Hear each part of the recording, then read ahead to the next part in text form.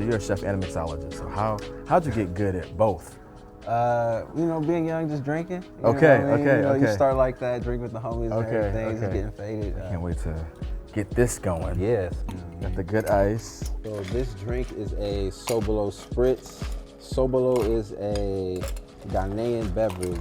This is like inspired by my mom's. You know what I mean? Did your mom make cocktails like this? No. My mom's Christian. You feel me? My mom still winces a little bit when she finds out I drink. I'm like, Mom, I'm in my 30s. She's still like, why? And then we go 1 ounce tequila. We go 2. And then this is Sobolo hibiscus syrup with ginger and other aromatics. We do 3 ounces of this. I chose Sobolo because something I learned from my mom. It's like one of the bases for a lot of drinks around the world. Then we go a little bit of lime juice. Yeah. This one especially for y'all. Oh, okay. This is the serpent special, you feel me? Come on. So look at that, man. Look at that beautiful pink. Rosé. It's that yacht wine. Come on, you're gonna top it with the violas. Okay, with the violas. Oh, see. Boom. Here we go. Beautiful. Fire. All right. Cheers. Cheers. Thank you so much. I appreciate you. Thank you. So when I thought about from scratch, I just thought instantly of my mom's cooking. Like, she never cooked out of a can. It was always straight from like the market. She's from Ghana, so she would go straight from the market to the house, bust it down, and that's dinner, you feel me? This is our like palate cleanser right here. So it's avocado, cucumber, a little bit of lime vinaigrette, and I spiced jollof rice with a lot of aromatics, starting with onions, garlic, chilies, lots of different peppers. We got some nice halibut, it's gonna go right over the top. And we're gonna finish it with a tremula sauce. Tremula is similar to like a chimichurri almost, but it's from Northern Africa. It's made in mortar and pestle. I don't wanna use my blender or anything. I just want to use like pretty much everything from hand. Making Ourselves from Scratch by Joseph Beam. Each morning as I wipe the sleep from my eyes, don the costume that alleges my safety, and propel myself onto the stoop, I know with the surety of the laws of gravity that my footsteps fall in a world not created in my image. It is not in the newspapers, in store windows, nor is it on the television screen. Too often, it is not in the eyes of my sisters who fear my crack, nor is it present in the countenance of my brothers who fear the face that mirrors our anger. At day's end, having done their bidding, I rush home to do my own, creating myself from scratch as a Black gay man. Thank y'all for being here. Thanks for having us. Of course. I want to give a huge shout out to Chef Mando for these Cheers. drinks. Ciao. Oh my God. I'm Maurice. I'm the creator of Bloom and Plume. I've been often told that I'm the Beyonce of flowers. My name is Craig. I am a creative. I like to say that I bring life to the things that I see in my head. My name is David. I'm an artist, dancer mostly, but I tap into all things. I am Michael. I am a director, producer, filmmaker. That's a loaded ass question. I've been to probably, as a kid, about 7 or 8 different schools, and I always wanted to reinvent myself, and I was just like naturally flamboyant, naturally loud, because like I am who I am, and I'm only good at being myself. And I would say that like I just leaned into cultivating and nurturing who my being was, whether like it was kind of accepted or not. I mean, I grew up in Jacksonville, Florida, so it's considered the South, and very religious household, and dancing just kind of shut everything out. It's just my connection, how I felt sitting next to another guy or looking at somebody else. I felt really like, oh my God, I shouldn't do this. But then it was just like, actually, this feels good. And I feel comfortable here. And you can lean into that. And I can lean into that and still be a man and masculine, but also play into, the butch the butch queen that I am, or that I identify with. And so I think that just kind of all helped me be who I am. Discovering Donte when I was 18 was a huge moment for me, because I had just never seen a man move the way that he moved. And I was like, oh, that's a possibility. And I think I just my imagination was expanded. Yeah, I don't know if you ever had like a restart moment. Yeah, and I think that's the thing. Like, people are like, you come out the closet and that's that. But like, what if you come out the closet and like you start exploring your sexuality in different ways? Like, I'm gay right now, but like next month, Haha. I don't know what I'm gonna be. So I try Yeah. to take it day by day. Yeah. I'm choosing every day, and I'm choosing to experience life every That's day. beautiful. Yeah. I think I've been the same person my whole life since I've been a I child. can see that. Like literally, I can see that. literally the same. I can see that. Pray for me. But the one thing I will say about like the idea of reinvention, or the way I started to interpret that when I was listening and reading that passage, was this idea that I just felt very alone. And so like it's so interesting to have discovered a lot of these passages and stuff, because I thought I was the only person having that experience. And I think why I say reinvent, because I think that that's what's so interesting about that idea, is that we're kind of doing this in isolation. And it's so nice to have conversations like this, because you're like, oh my God, there are other people that like have similar experiences and like can bond. I think the biggest shift from my teenage years and even my early 20s to now is that I just didn't have language before. And so these books, they helped me to feel anchored when I didn't. And I think there was a period where I was incredibly silent, and I felt that everybody knew more about life than I did, or that everybody knew me better than I knew me. And it was when I started reading that I was like, okay, you know what? I think I can feel grounded in what I'm observing, and I don't think that I'm wrong, or that I'm living the wrong life. I just saw my first darkroom this year. I And I just saw like 26. I don't know what and a I dark feel room like is. Okay. I feel like You don't know what a dark room That is? makes I don't know sense. what a dark room is. It's How old are you? a room where you 32. develop beautiful photographs. I have a great idea. Oh, like, oh yeah. So, oh, you're not. No.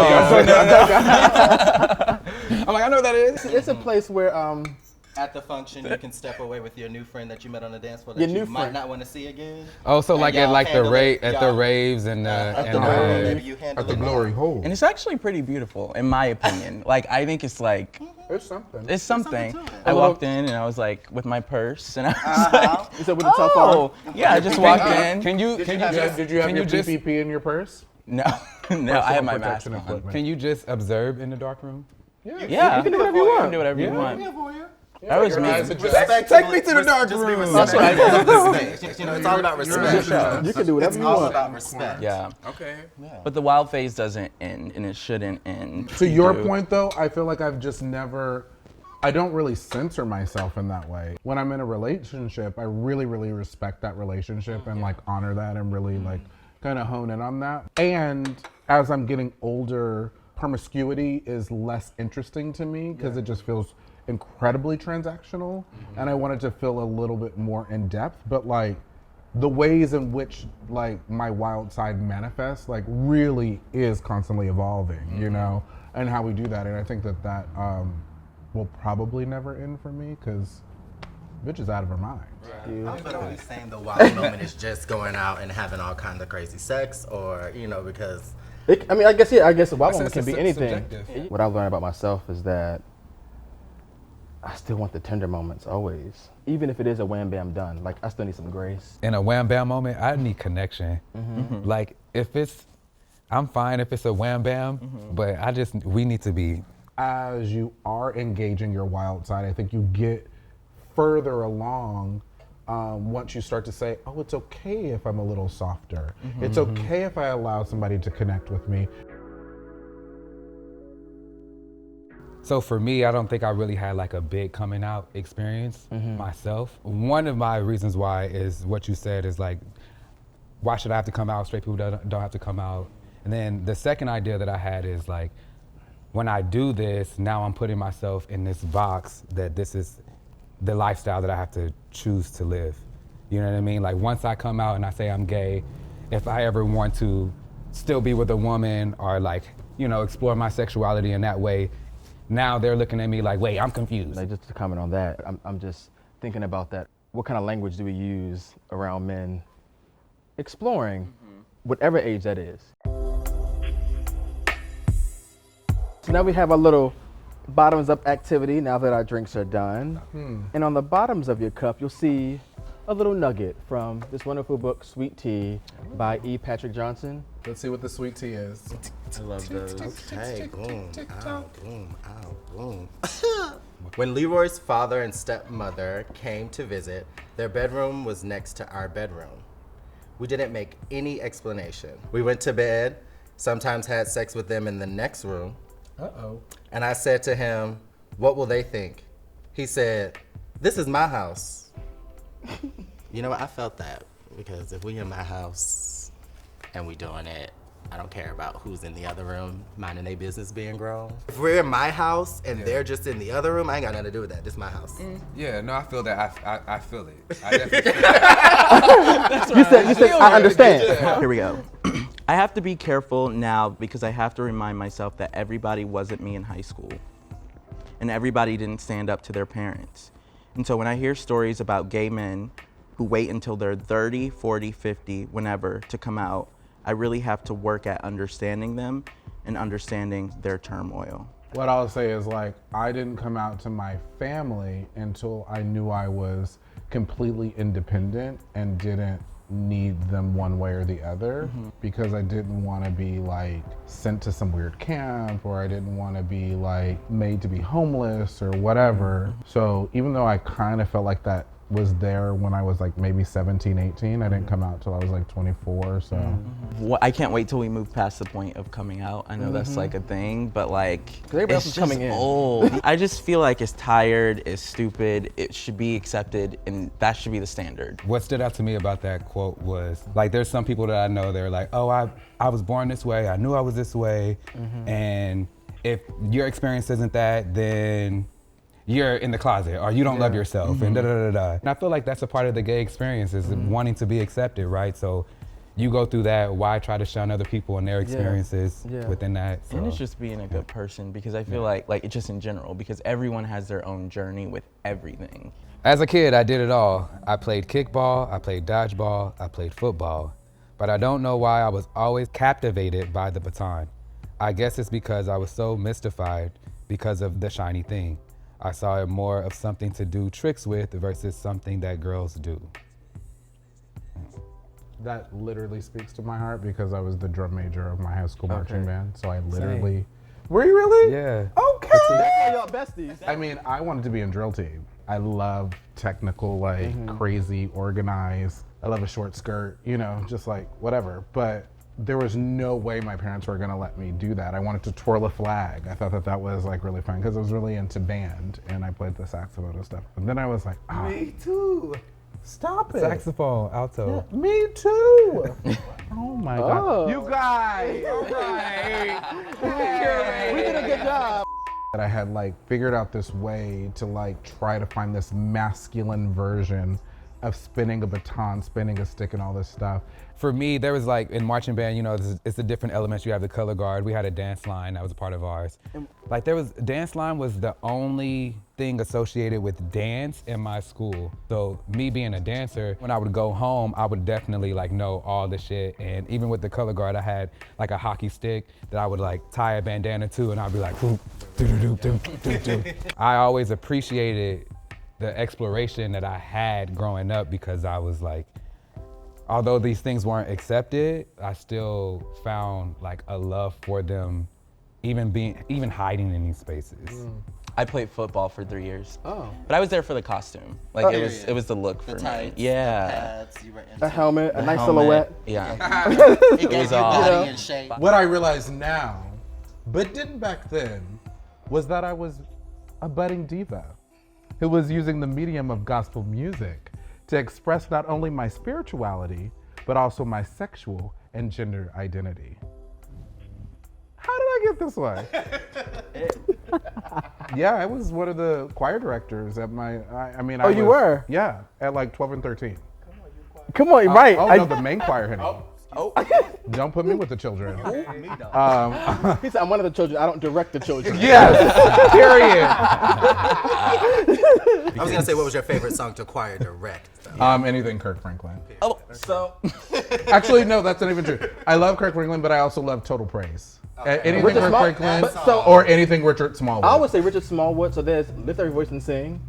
and then there's Total Praise. Yeah. Like those are the Black national anthems, in my opinion. Period. But it's so funny you bring up Kirk. Okay. I think one of my first like choir solos, I sang that "I Am Here" song by Kirk Franklin. I don't know if this is embarrassing or impressive, but I sang all the parts. I mean, there was a choir behind me, but I sang all the solos.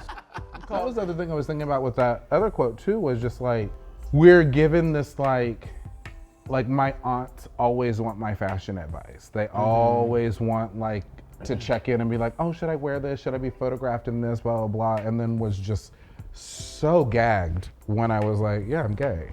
And I just always think that's interesting that like our gifts are so exploited and we give them so purely. Yeah. And then like our full person has to be dismissed. Yeah. Don't get me started. It's that that was compartmentalizing. Yeah. That was good. Now we at church. Can the church say amen? Now we at church.